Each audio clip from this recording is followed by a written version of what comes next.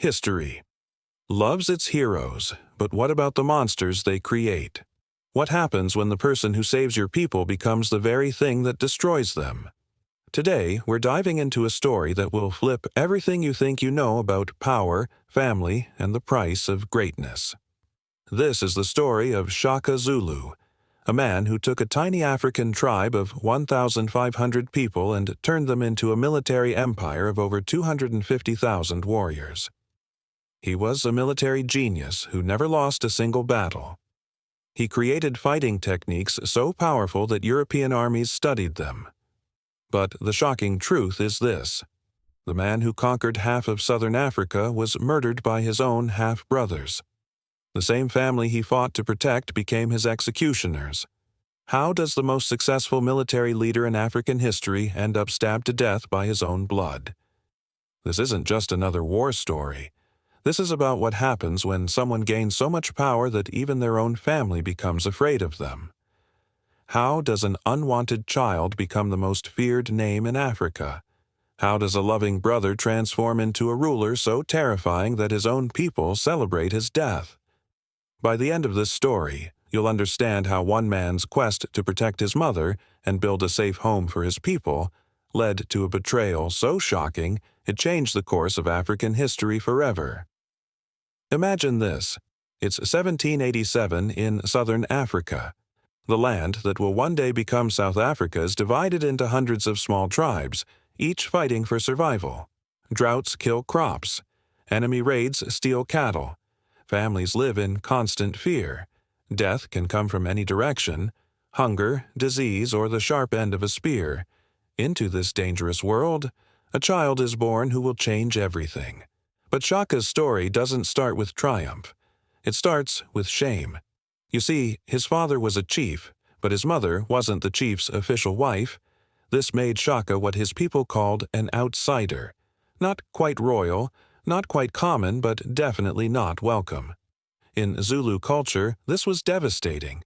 Think about being told your entire life that you don't belong anywhere.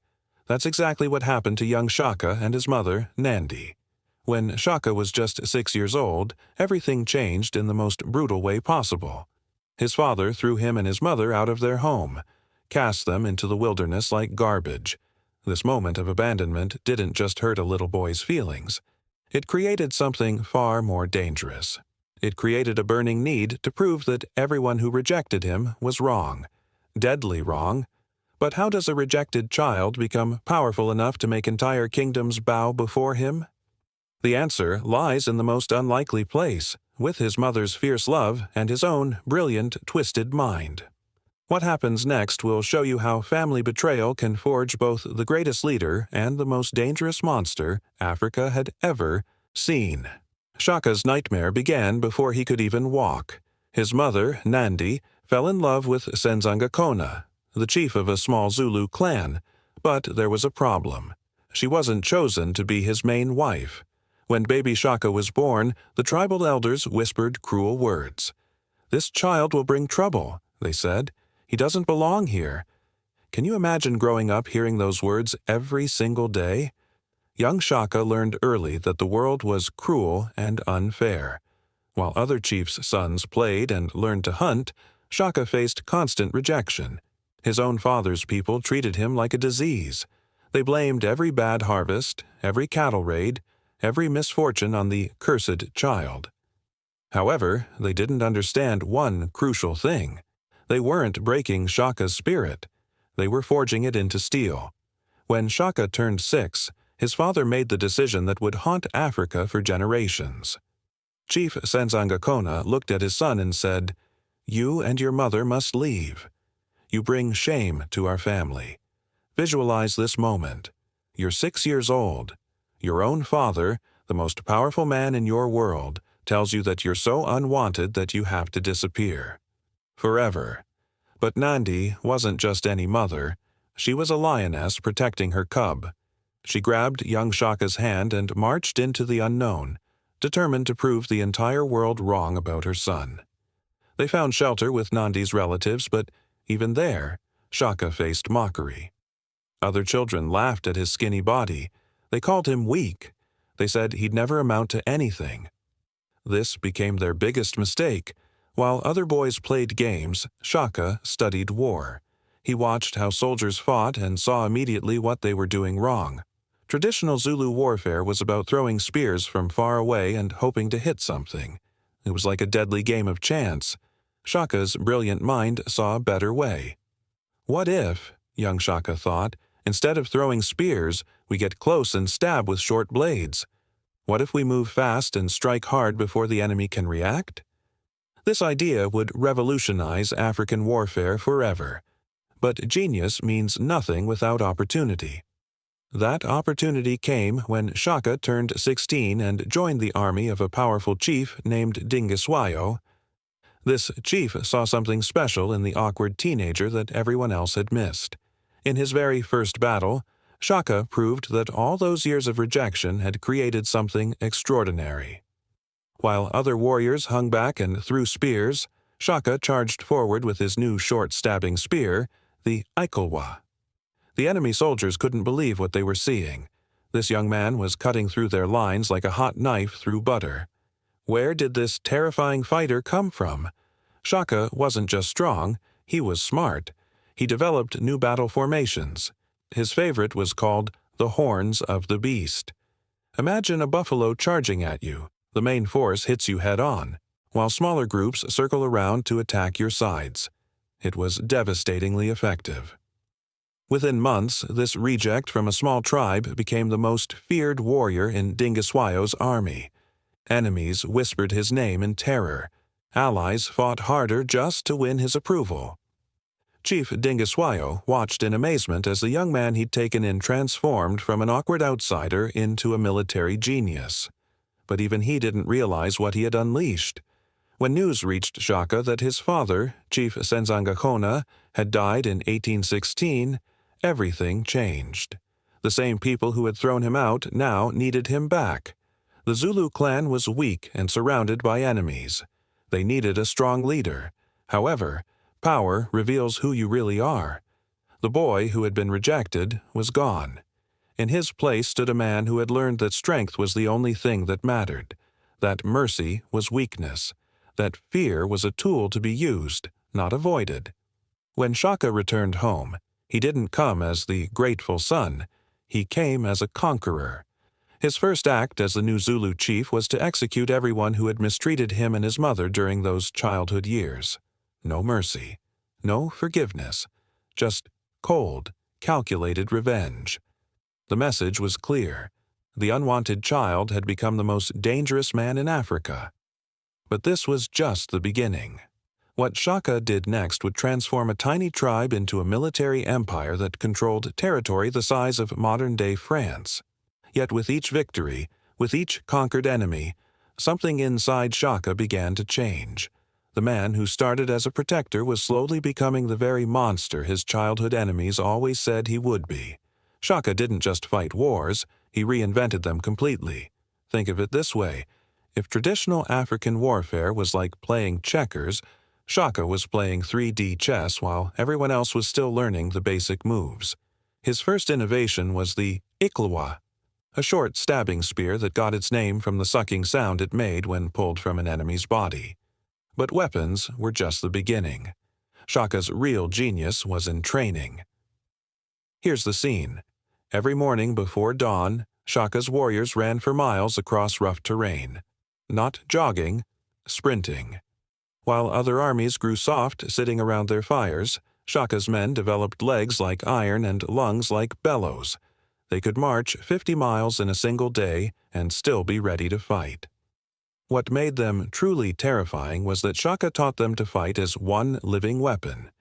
Traditional armies were just crowds of individual fighters. Shaka's army moved like a single giant beast with 1,000 arms and legs. Shaka's training methods were brutal beyond imagination. If a warrior showed fear in battle, he was executed immediately. If someone broke formation, death. If anyone retreated without orders, their entire family would be killed. You might think this was too harsh. But remember, Shaka was building something that had never existed before. He was taking farmers and herders and turning them into professional soldiers who could defeat armies twice their size. The results spoke for themselves.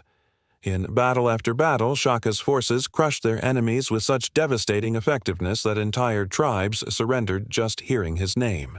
Yet, with each victory, something darker grew inside Shaka's heart.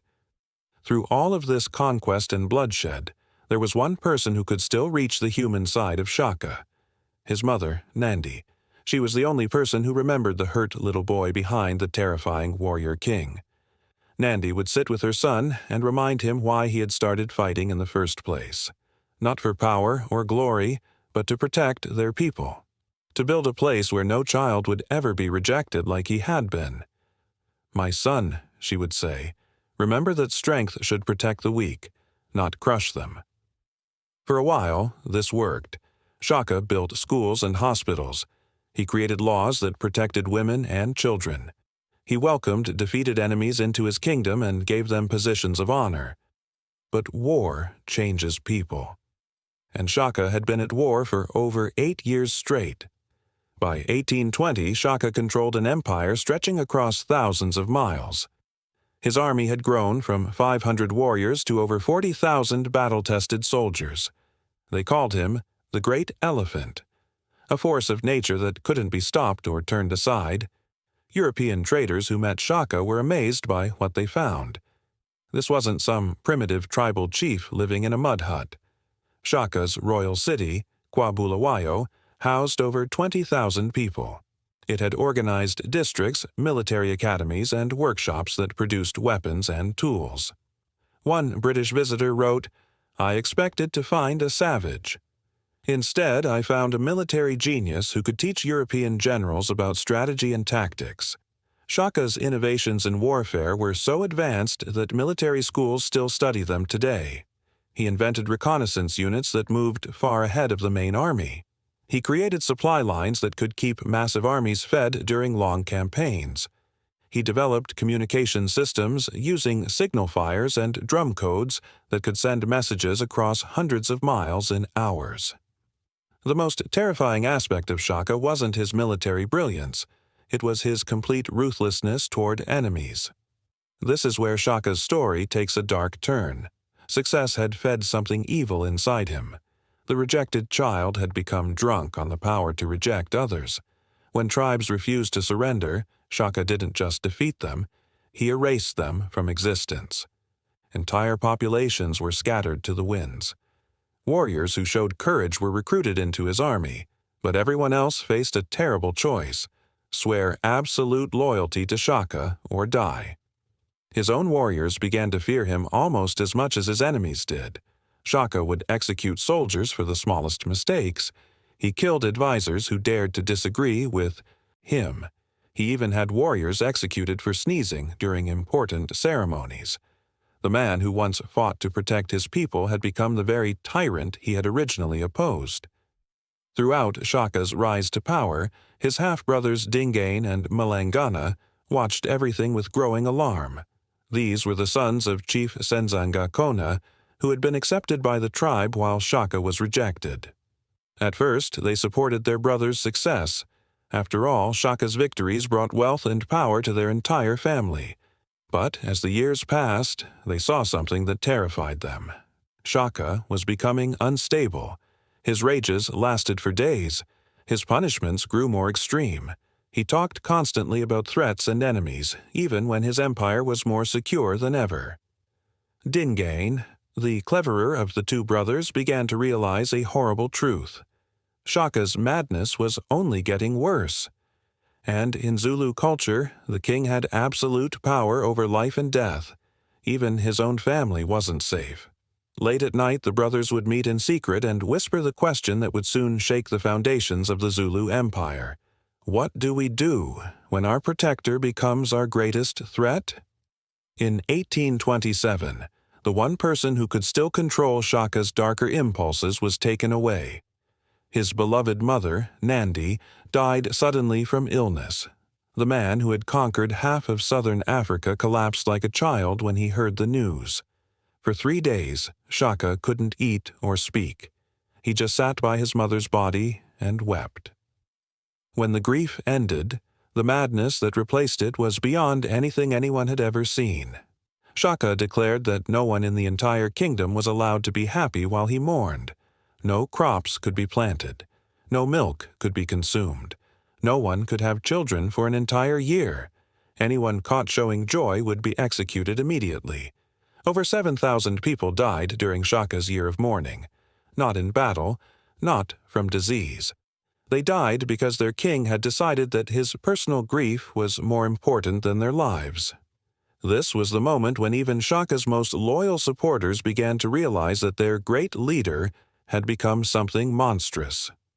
The protective father had transformed into a mad tyrant who would destroy his own people rather than see them happy without his mother alive to share in it. Dingain and Mlangana watched this horror unfold and made a decision that would change African history forever. They began planning something that just a few years earlier would have been unthinkable. They began planning to kill their own brother. By 1828, Shaka's madness had consumed all reason. The Great Protector had become the very monster his childhood tormentors predicted, but stopping a man who commanded 40,000 fanatically loyal warriors seemed impossible. Dingain knew that direct confrontation would fail. Shaka was still a military genius, even in madness. So the brothers chose a different path. They would use Shaka's, his trust in family against him. The tragic irony is this: the man who had conquered enemies across thousands of miles never suspected that his greatest threat lived in his own royal compound. The brothers recruited a third conspirator, Mbofa, one of Shaka's most trusted servants. This was the same man who had served Nandi during her final illness. Now he would help kill her son. September 22, 1828, started like any other day in Shaka's capital. The great king was preparing for another military campaign. His warriors were gathering supplies. Battle plans were being drawn. Shaka was excited because he believed this new war would bring him the ultimate prize: control of the trade routes to the ocean. With that economic power, he could buy firearms and cannons from European traders. He would become unstoppable.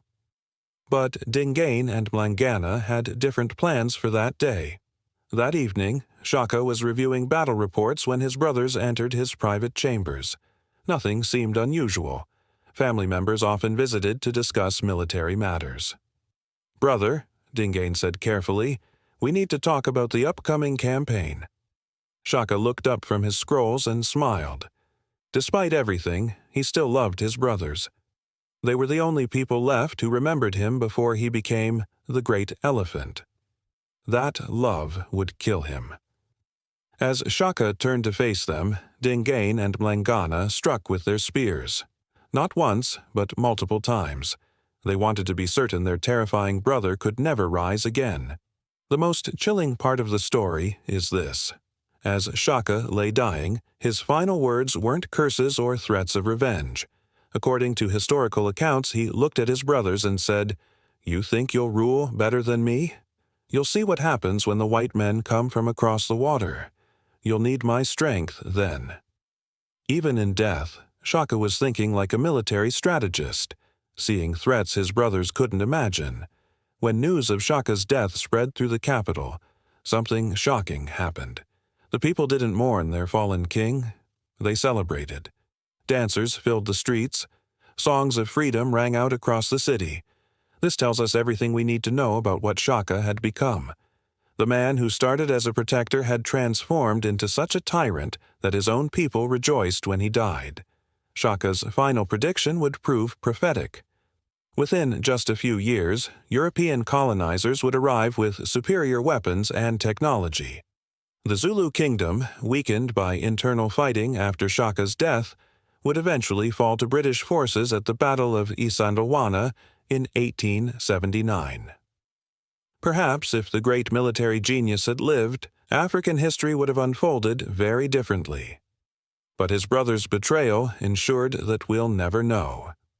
The cruel twist in this story is this: Dingaan, who killed Shaka to save the kingdom from tyranny, became an even worse ruler. He was paranoid, cruel, and incompetent. Within a few years, he had destroyed most of what Shaka had built. Malangana tried to challenge Dingane's rule and was murdered for his trouble. The brothers who had united to kill their sibling ended up destroying each other as well. The cycle of family betrayal that started with Shaka's childhood rejection had consumed an entire royal bloodline.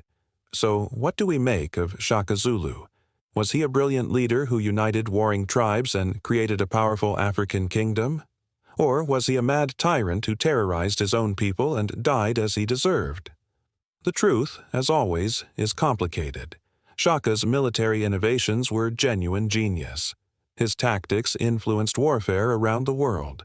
His political skills transformed a tiny tribe into a major power. Without his leadership, the Zulu people might have remained scattered and weak, easy prey for both African enemies and European colonizers. Yet power without wisdom becomes destruction. Success without humility becomes madness. Strength without mercy becomes tyranny. Shaka's story shows us that our greatest strengths and our worst weaknesses often come from the same source. The rejection and pain that made him determined to protect his people also made him paranoid and cruel. The military brilliance that saved his kingdom also fed his hunger for endless war. In our world today, we see leaders who start with noble goals but lose themselves in the pursuit of power. We see people who overcome terrible childhoods and use that pain to help others, or to hurt them. Shaka's story reminds us that trauma doesn't automatically make someone a hero or a villain. It just makes them dangerous. Dangerous to enemies, but potentially dangerous to friends and family as well. The saddest part of this story isn't Shaka's death. It's that the little boy who just wanted to be accepted and loved was still there inside the terrifying king. His brothers could have reached that hurt child and maybe saved both Shaka and their kingdom. Instead, they chose the easier path, violence, and in doing so, they proved they had learned the wrong lessons from their brother's life. What would you have done in Dingane and Mlangana's position? When someone you love becomes dangerous to everyone around them, including themselves, what's the right choice? Could Shaka have been saved from his madness? Or was his transformation into a tyrant inevitable from the moment his father rejected him as a child? And the biggest question, in our own lives, how do we make sure our pain makes us stronger without making us cruel? Shaka Zulu's story has no easy answers, but it gives us something even more valuable: a mirror to examine our own hearts and choices. If this incredible story of family, power, and betrayal amazed you, subscribe to our channel for more hidden histories that will challenge everything you thought you knew about the past. What other monsters of history started as heroes? What other heroes carried the seeds of their own destruction? Let us know in the comments. Do you think Shaka was ultimately a protector or a destroyer? And what lessons from his life apply to leaders in our world today? The past isn't just history. It's a warning and a guide for the future we're creating right now.